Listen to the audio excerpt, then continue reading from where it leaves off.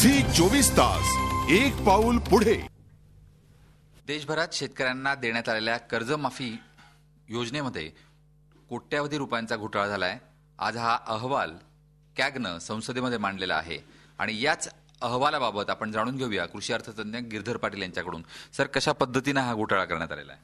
ज्यावेळेला शेतकऱ्यांना कर्जमाफी जाहीर झाली त्यावेळेला एकंदरीत योजनेबद्दल शंका होत्या आणि या संपूर्ण कर्जमाफीच्या योजनेमध्ये ज्या ज्या काही जागा आपल्याला दिसत होत्या की याच्या माध्यमातून हा सगळा घोटाळा होईल ते खरंच ठरलं आणि ही सगळी कर्जमाफी नाबार्डसारख्या जबाबदार बँकेच्या मार्फत न होता जिल्हा बँक अशा बेजबाबदार यंत्रणेद्वारा कर्जमाफी झाल्याने या सगळ्या घोटाळ्याला वाव मिळालेला दिसतो. कॅगने नेमका काय काय अहवाल आता दिलेला आहे, म्हणजे एकूण कितीचा हा घोटाळा? कॅगच्या अहवालानुसार 22% शेतकऱ्यांना या कर्जमाफीचा फायदाच झालेला नाही आहे. ज्या शेतकऱ्यांची कर्जमाफी झालेली आहे तर त्या बिगर शेतीच्या कर्जाची पण माफी यातून झालेली आहे.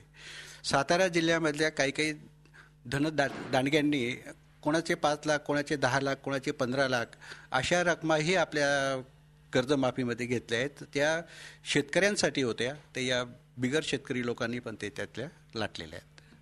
जिल्हा बँकांची झालेली राज्यातली वाताहत ही याच प्रकरणातली खरं म्हणजे द्योतक आहे.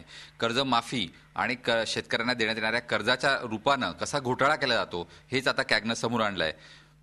राज्यातला सहकार विभाग आतापर्यंत काय करत होतं यामुळे हा प्रश्न निर्माण झालाय. व्हिडिओ जर्नलिस्ट सोनू भिडेसह योगेश खरे, झी 24 तास, नाशिक. झी 24 तास, एक पाऊल पुढे.